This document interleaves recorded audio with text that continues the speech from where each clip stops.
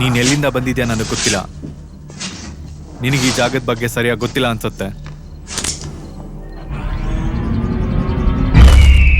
ನೋಡು, ನೀನ್ ನಂಬಲ್ಲ, ಆದ್ರೆ ನೀನ್ ನನಗೆ ತುಂಬಾ ಇಷ್ಟ ಆಗೋಗಿದ್ಯಾ.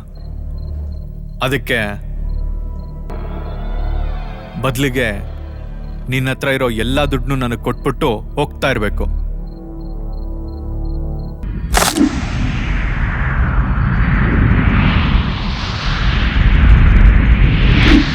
ಥ್ಯಾಂಕ್ಸ್ ಹೇಳೋ ಅವಶ್ಯಕತೆ ಏನಿಲ್ಲ.